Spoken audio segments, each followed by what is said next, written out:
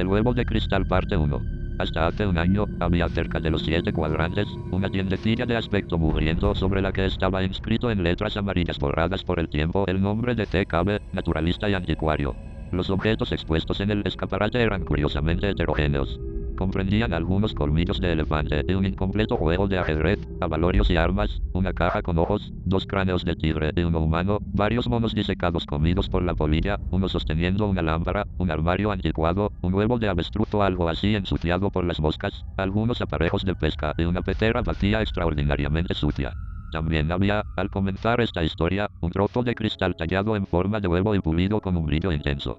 Y eso era lo que miraban 2 personas que estaban ante el escaparate, una de ellas un clérigo alto y delgado, la otra, un joven de negra barba, tez morena y ropas holgadas. El joven moreno hablaba con gestos impacientes y parecía ansioso porque su compañero comprara el artículo. Mientras estaban en esas, entró en su tienda el señor Cabe con restos del pan y la mantequilla del té todavía en la barba. Al ver a estos hombres y el objeto de su consideración, se le mudó el semblante. Miró por encima del hombro con aire de culpabilidad y suavemente cerró la puerta. Era un viejecito de rostro pálido y peculiares ojos azules y acuosos. Tenía el pelo de color gris sucio y llevaba una raída levita azul, un viejo sombrero de copa y unas zapatillas con los talones muy gastados. Se quedó observando a los 2 hombres mientras hablaban. El clérigo registró a fondo el bolsillo del pantalón, examinó un puñado de dinero y enseñó los dientes en una sonrisa de aprobación. El señor Cabe pareció todavía más deprimido cuando entraron en la tienda. El clérigo, sin más rodeos, preguntó el precio del huevo de cristal. El señor Cabe miró con nerviosismo hacia la puerta que daba a la trastienda y dijo que 5 libras. El clérigo se quejó, tanto a su compañero como al señor Cabe, de que el precio era alto, era, desde luego, muchísimo más de lo que el señor Cabe había pensado pedir cuando había puesto el artículo a la venta, y pasó a un intento de regateo. El señor Cabe avanzó hasta la puerta de la tienda y la abrió. 5 libras es mi precio, dijo como si deseara ahorrarse la molestia de una discusión inútil. Al hacerlo, la parte superior del rostro de una mujer asomó por encima de la cortina del panel superior de cristal de la puerta que daba a la trastienda y examinó con curiosidad a los 2 clientes. 5 libras es mi precio, repitió el señor Cabe con voz temblorosa. El joven de tez morena había permanecido hasta entonces como mero espectador, observando atentamente al señor Cabe. Ahora habló. Dele 5 libras, dijo. El clérigo le miró para cerciorarse de que lo decía en serio, y, cuando miró de nuevo al señor Cabe, vio que tenía la cara pálida. Es mucho dinero, dijo el clérigo, y rebuscando en el bolsillo empezó a contar sus recursos. Tenía poco más de 30 chelines, así que apeló a su compañero, con quien parecía estar en términos de considerable familiaridad. Esto le dio al señor Cabe la oportunidad de ordenar sus ideas, y empezó a explicar de manera agitada que, de hecho, el cristal no estaba del todo disponible para la venta. A los 2 clientes esto les sorprendió mucho, naturalmente, y preguntaron por qué no lo había dicho antes de empezar a negociar. El señor Cabe se turbó, pero se aferró a la historia de que el cristal no estaba a la venta aquella tarde, que ya había aparecido un probable comprador.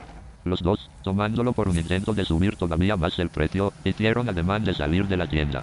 Pero en ese momento se abrió la puerta de la trastienda y apareció la propietaria del flequillo oscuro y los ojos pequeños.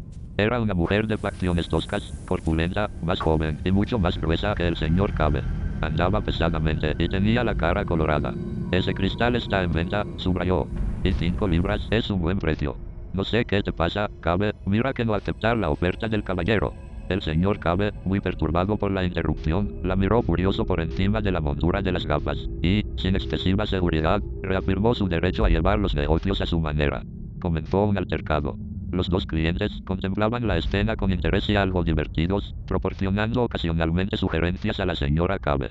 El señor Cabe, acosado, persistió en una confusa e imposible historia de alguien que se había interesado por el cristal aquella mañana y su nerviosismo se hizo penoso.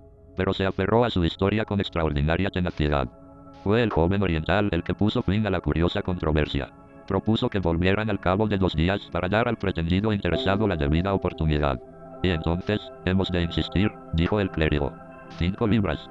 La señora Cabe se encargó de pedir disculpas por la actitud de su marido, explicando que a veces era un poco raro, y, cuando los 2 clientes salieron, la pareja se preparó para discutir todos los aspectos del incidente con plena libertad.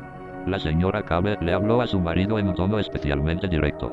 El pobre hombrecillo, temblando de emoción, se hizo un lío con sus historias, manteniendo por una parte que tenía otro cliente a la vista y asegurando, por otra, que el cristal valía honradamente 10 guineas. Entonces, ¿por qué pediste 5 libras? preguntó su mujer. Déjame llevar los negocios a mi manera, respondió el señor Cabe. El señor Cabe tenía viviendo con él a un hijastro y a una hijastra, y por la noche en la cena se volvió a discutir la transacción.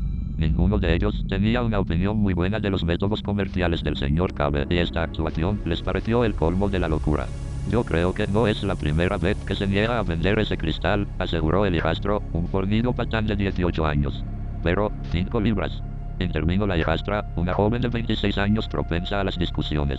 Las respuestas del señor Cabe eran lastimosas. Solo era capaz de farfullar débiles afirmaciones de que conocía su negocio mejor que nadie. Hicieron que, dejando la cena a medio comer, se fuera a la tienda para cerrarla hasta el día siguiente, con las orejas al rojo vivo y lágrimas de humillación detrás de las gafas. ¿Por qué había dejado tanto tiempo el cristal en el escaparate? ¡Qué locura! Ese era el problema que más le preocupaba. Durante un tiempo no pudo encontrar forma alguna de evitar la venta. Después de cenar, hijastra e hijastro se acicalaron y salieron, y la mujer se retiró al piso de arriba para reflexionar sobre los aspectos comerciales del cristal con un poco de azúcar, limón y lo demás, en agua caliente. El señor Cabe entró en la tienda y se quedó allí hasta tarde con el pretexto de preparar rocas ornamentales para peteras, pero en realidad con una finalidad personal que se explicará mejor más tarde. Al día siguiente la señora Cabe advirtió que el cristal había sido retirado del escaparate y se encontraba detrás de unos libros de pesca usados.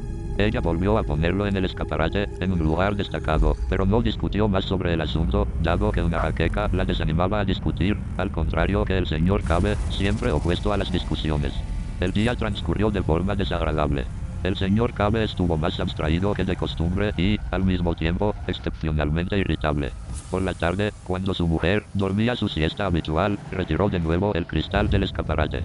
Al día siguiente el señor Cabe tenía que entregar un pedido de perros marinos en uno de los hospitales universitarios donde los necesitaban para prácticas de disección. Durante su ausencia, la señora Cabe volvió a cavilar sobre el tema del cristal y la manera más apropiada de gastarse 5 libras llovidas del cielo. Ya había ideado algunos planes muy agradables, entre otros un vestido de seda verde para ella y una excursión a Richmond, cuando el chirrido de la campanilla de la puerta principal exigió su presencia en la tienda. El cliente era un profesor que venía a quejarse de que no habían sido entregadas ciertas ranas pedidas para el día anterior. La señora Cabe no aprobaba esta rama especial de los negocios del señor Cabe, y el caballero, que había llegado con ánimo un tanto agresivo, se retiró después de un breve intercambio de palabras, completamente educadas por lo que a él se refería. Los ojos de la señora Cabe se volvieron entonces naturalmente hacia el escaparate, puesto que la visión del cristal significaba la seguridad de las 5 libras y de sus sueños. ¿Cuál no sería su sorpresa al ver que había desaparecido?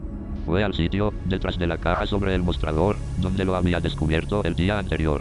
No estaba allí, así que inmediatamente empezó una impaciente búsqueda por toda la tienda.